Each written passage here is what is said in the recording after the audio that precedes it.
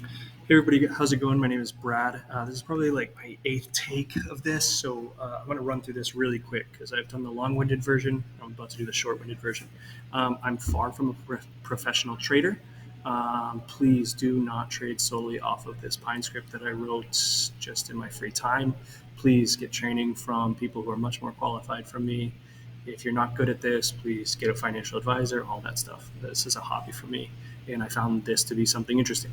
I trade mostly Gamestop, and I created a Pine script to kind of quantify how this stock moves in standard deviations away from the 200 moving average.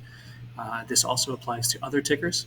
It does only apply to the daily time frame on TradingView. I mean, on any application, but TradingView is where this Pine script is. I'm going to take you on a run through of how to use this really quick. And we'll get this going and hopefully take any requests, or we can kind of collaborate.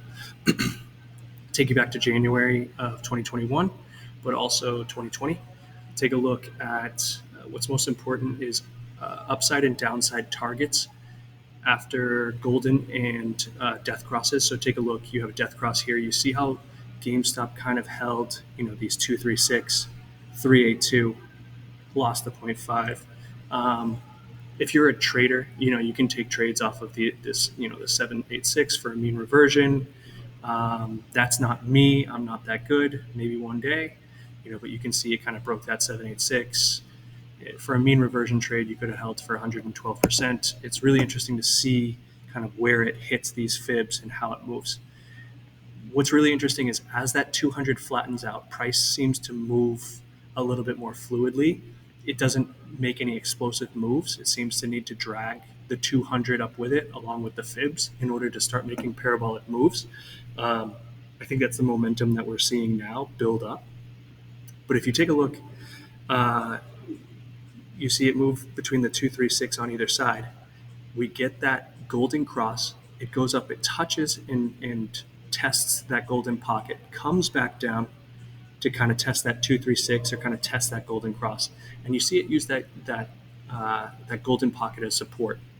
Now, one of the main reasons that I made this tool was to quantify exactly the standard deviations away from the 200 that the peak of GameStop went to in 2021. I wanted to figure out like how crazy of a move this was. How could you possibly forecast how big a similar sized move would be?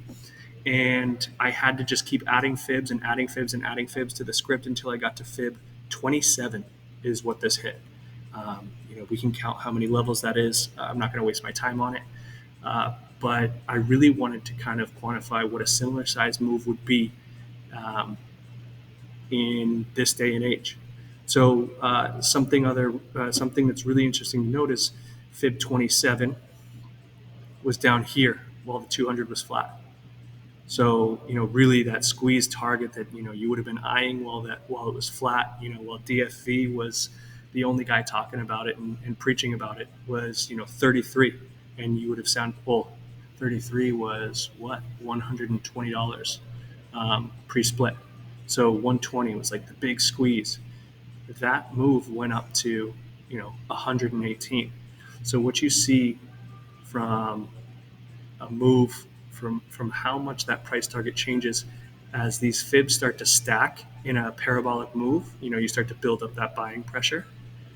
You see, trading view expert over here, you start to see Fib 27 moves 250% from when it's flat, even at the bottom here, again, to at the peak and where it's stacked. Now, if we go to present day, we'll get to the exciting stuff first. You look at what flattened out that 200 from the years long, kind of downslope, and it was that move in May.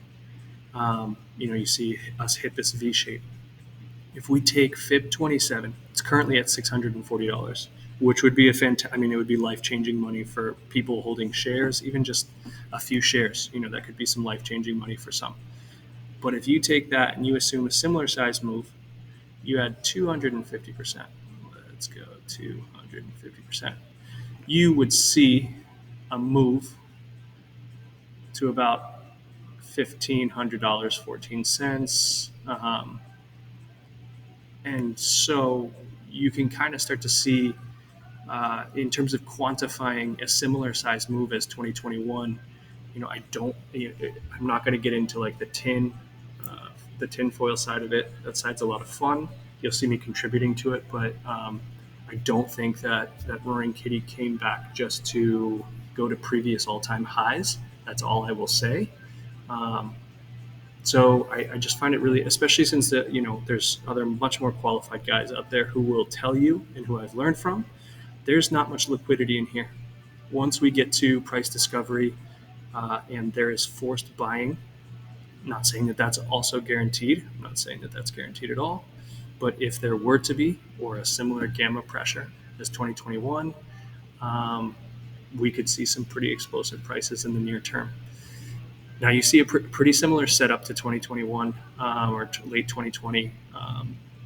I found this tool very interesting because you see just how it respects these channels. You see us bounce off the 0.5 down here before rocketing up through. It doesn't necessarily touch a fib up here, but that's a big wick as well. But you do see it pull back to that golden cross, similar to what we did in 2020, 2021. Go back up, try and test it, but you see it respect a lot of these fib levels. So what was this? This was July when it came back up, came and tested this golden pocket. Seemingly was riding. If you kind of shut off your brain from here on out, looked like it was going to ride the 50, and we were going to ride off to Valhalla. Didn't happen. So you see that golden pocket has, maybe that's a little something. Maybe I'm crazy, but I just found it really interesting. Test the 236 here, couldn't get it. 50 was sloping downwards. Test again, couldn't. I mean, this is where one of the share off rings was. Testing the 236, wasn't until we won the 50 back, and then we started to trade within this channel here. Between another trading view expert moment, we're trading between the 236 and the 382, and it's really interesting. We go up and we push off, we test the 0.5, come back down.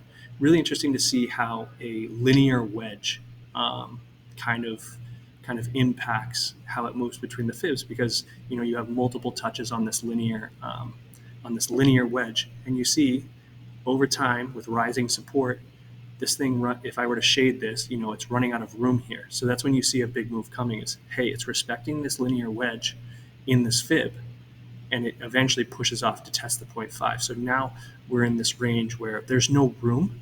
I bought here. I bought some short dated stuff because I said there's no room in here for price to continue as long as it respects this wedge. So if you're buying on support, set a stop, but there's no room in here to continue to trade for days on end, and it pushed right off.